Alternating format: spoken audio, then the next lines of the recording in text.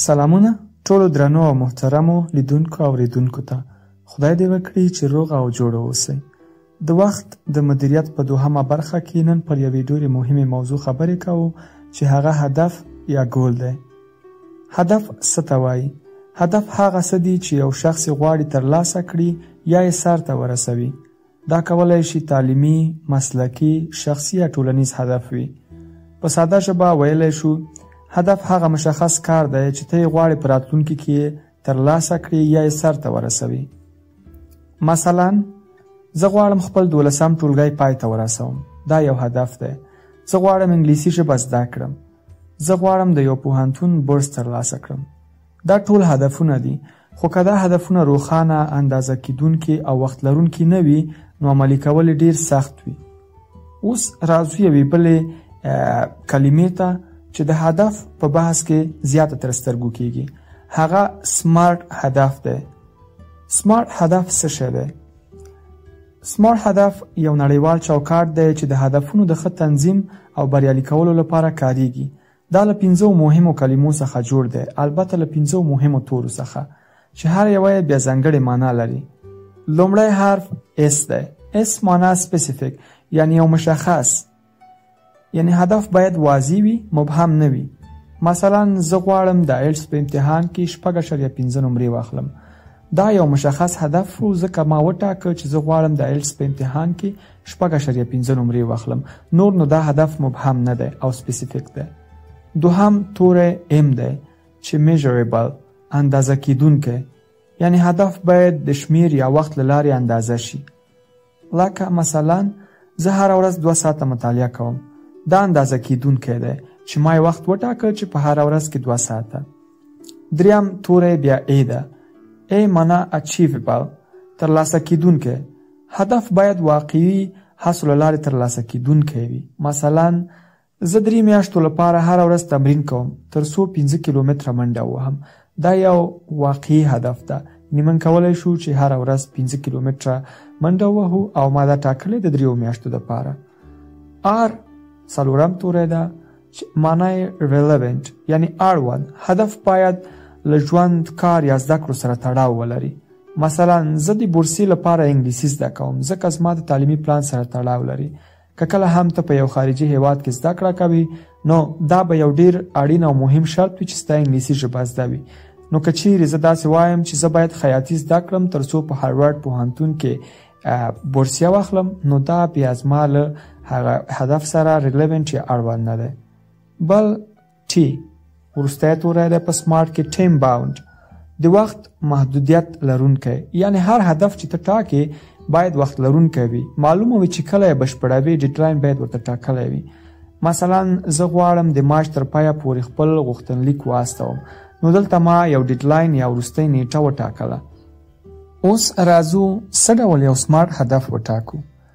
د سمارټ هدف ټاکلو لپاره لاندې 4 پړاوونه باید ترسره شي. لومړی خپل اصلي اړتیا یا هیله تعریف کړه. ته څه غواړې؟ څه شي دپاره علاقه لرې؟ څه شي ته اړتیا لرې؟ دوهم هغه د سمارټ چوکاټ سره تطبیق کړه. کومه هیله یا اړتیا چې ته لرې هغه مشخصه ده، اندازه کیدونکې ده، ترلاسه کیدونکې ده، اړونده ده ستا د هیلې او اړتیا سره، او ډیډلاین یا وخت دې ورته ټاکلی کولی شي که نه. دریم هدف ولیکه. د هدف لیکل او هغه یادداشت ساتل د هدف په ترلاسه کیدلو کې یو له مهمو ګامونو څخه ده. څلورم عملی پلان جوړ کړه. د عملی پلان جوړول تاسو کولی شئ هماغه د سمارټ د قوانینو مطابق وټاکئ. دلته غواړو د سمارټ هدف یوه بیلګه تاسو ته وړاندې کړو. مثلا زه غواړم د راتلونکي 4 اونیو لپاره هره ورځ 10 دقیقې انګلیسي خبرې تمرین کړم تر څو د آیلټس په سپیکینګ سکل کې ښې نمرې واخلم. لومړی راځو د سمارټ له لورې دغه د سمارټ په اساس دغه هدف ارزوو چې دا لومړی سپیسیفیک، یعنی دا ښکاره ده که نه. نو ښکاره هدف موږ دا ټاکلی چې زه انګلیسي خبرې تمرین کړم، چې دا یو سپیسیفیک دی، نو دا صحیح شو. دوهم میجریبل، دا اندازه کیدونکی دی، اندازه مو ورته ټاکلې که نه. نو موږ په هدف کې ویلي چې هره ورځ 10 دقیقې، نو دا په دوهمه کټګوري کې هم سم دی. راځو دریمې کټګورۍ ته، اچیویبل، لاسته راوړونکی او واقعي دی که نه.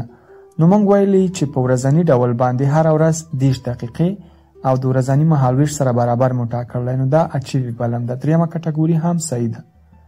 راځو څلورمې کټګوري ته چې ریلیونټ یا اړوند دی.